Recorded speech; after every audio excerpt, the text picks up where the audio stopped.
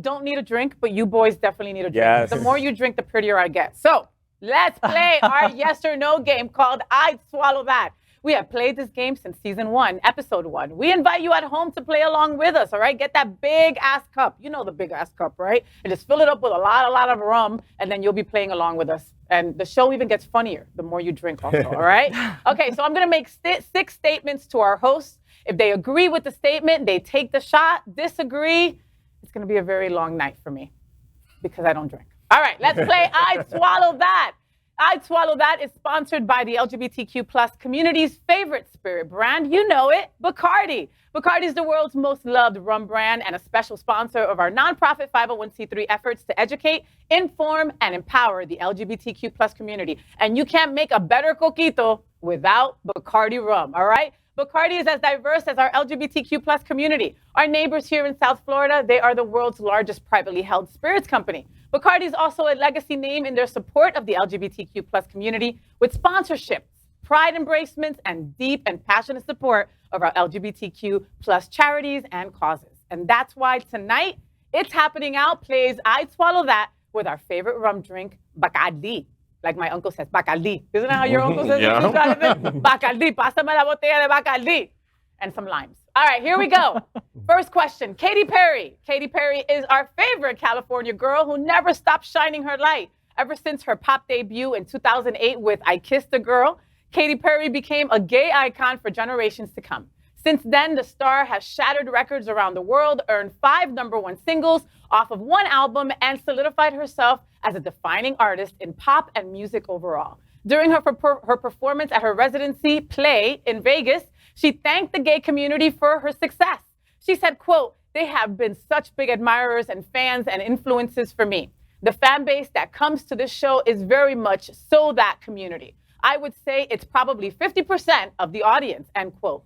Question number 1 with Bacardi shot, I'd swallow that. Katy Perry kissed the girl. Then I love that she thanked the LGBTQ plus community for her legendary career. Yes. Drinking.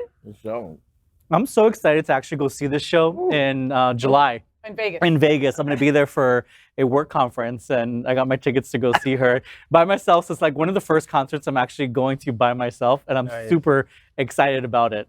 She puts on an amazing concert. I went and saw her, and I will just tell you, a lot of artists, I think, can sometimes kind of come out with the community, and you're not sure, like, is that bullshit? And you're just trying to sell tickets to us. Her concert from the beginning to end is so much about self-love, loving other people, not in spite of their differences, but because of them, and really embracing them. She's awesome. I drank because more performers need to realize that had it not be for the queer community, they would not be making money. They would not be selling shows. And think about all the folks who have Vegas tours are all gay icons. That's folks true. who, and so the bad joke used to be they were losing that touch when they performed the gay prize. But it's the opposite. We keep celebrities in fashion. And so kudos to her for recognizing that piece. It's beyond the hair, it's beyond the makeup. It's those people who are buying the tickets, yelling in the audiences and standing in line. So not only did I kiss the girl, I kissed you twice. But I loved it. You did.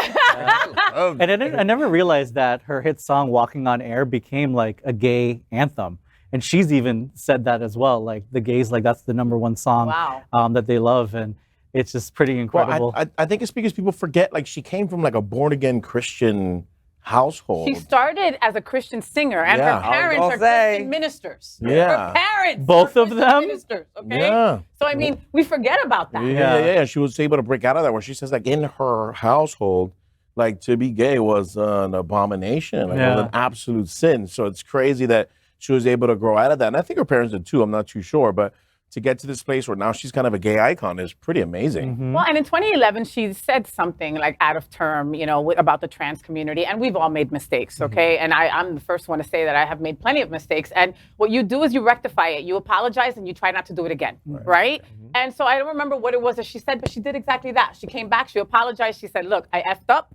I learned from it. Let's move on. And I think that she's been able to do that. Here we are 10 years later, and I think more than 50% of her audience is gay at any of those shows. You know what I mean? Think about it. It's Vegas, Vegas love, gays love Vegas. Yeah. Do they? You know, But not only when it that, comes to like shows and stuff For like that, sure. you think, like, That's all I did was go to shows. yeah, her popularity is pretty mainstream because she's on American Idol as a judge. We know that so many people watch American Idol across the country as well. So Middle America, Metropolitan America, everywhere else, old, young, gay, straight, everyone's loving Katy Perry now. Yeah. Oh, and when somebody comes out on American Idol, because everybody's got the sad story, right? Yeah. Like, do you ever watch American Idol and you're like, okay, who's got cancer? Who's gonna die? What do you got? You're gay. You're something.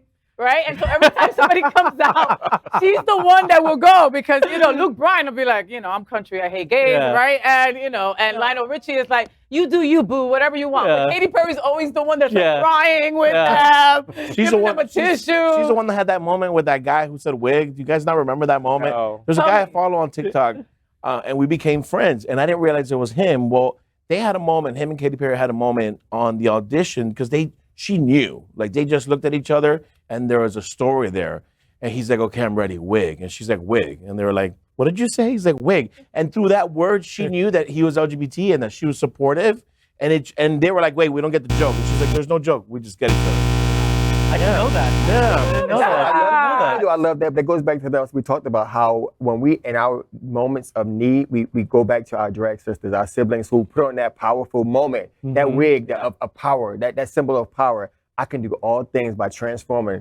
He saw himself in that wig gave him power, and he performed. And like you said, she recognized because again, she probably has that moment where she dons on that drag, and she becomes amazing. And so I love that. Well, and let's go back to the song. Okay, I kissed a girl and I liked it. Okay, for a lesbian, when that song came out, I was like, oh my God, thank God. If it would have been an option. a gay artist, if it would have a gay artist that would come out with that song would have made nothing. Nothing. Yeah. Okay, that song was everywhere. Okay, gay boys were like, I kissed a girl.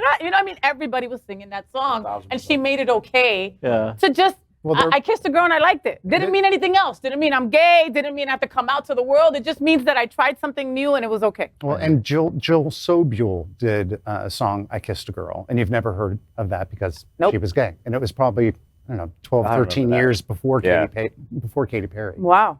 Interesting. All right. Well, if you're not following Katy Perry, follow her.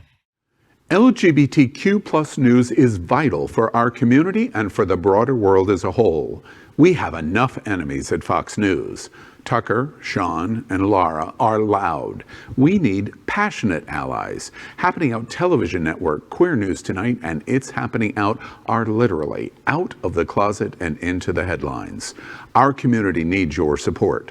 Like this broadcast and subscribe now to ensure the growth of the entire LGBTQ plus community.